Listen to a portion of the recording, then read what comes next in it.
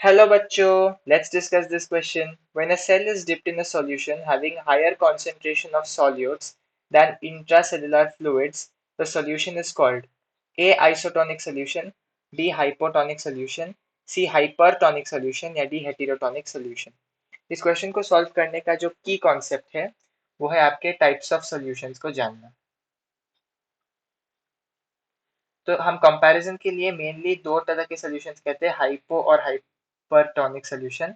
लेकिन एक तीसरा भी होता है आइसोटोनिक सॉल्यूशन, उसके बारे में आपको इसके बाद बताता हूँ। हाइपोटोनिक सॉल्यूशन में क्या होता है, पानी ज्यादा होता है और हाइपरटोनिक में कम पानी होता है। और हाइपोटोनिक में सॉल्यूट कम होता है कंपैरेटिवली और हाइपरटोनिक में सॉल्यूट ज्यादा होता है कंपैरेटिवली।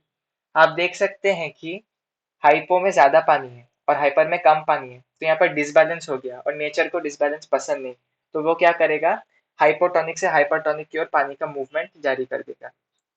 तो हम जब पानी की मूवमेंट की बात कर रहे हैं तो वो हाइपो से हाइपर की ओर बढ़ता है।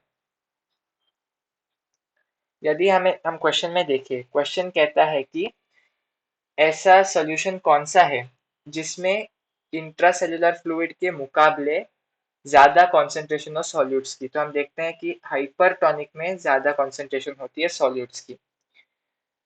और एक चीज है, आइसोटोनिक सोल्यूशन क्या होता है। आइसोटोनिक सोल्यूशन का मतलब है equal concentration, equal concentration with compare, मतलब हम जिस चीज से कंपैरिजन कर रहे हैं, यदि हम सेल के साथ कंपैरिजन कर रहे हैं तो फिर हम कहते हैं कि एक आइसोटोनिक सोल्यूशन का सेल के साथ इक्वल कॉन्सेंट्रेशन होता है और उसमें no net movement of water होता है,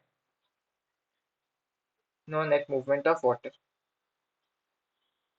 हमें क्वेश्चन में पूछा गया था कि एक कौन सा सॉल्यूशन है जिसमें सेल के मुकाबले ज्यादा सॉल्यूट होता है, तो हमने देखा हाइपरटोनिक सॉल्यूशन में ज्यादा सॉल्यूट होता है। तो चलिए ऑप्शंस देखते हैं।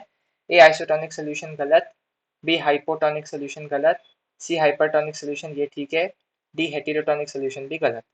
So the correct option to this question is option C, hypertonic solution.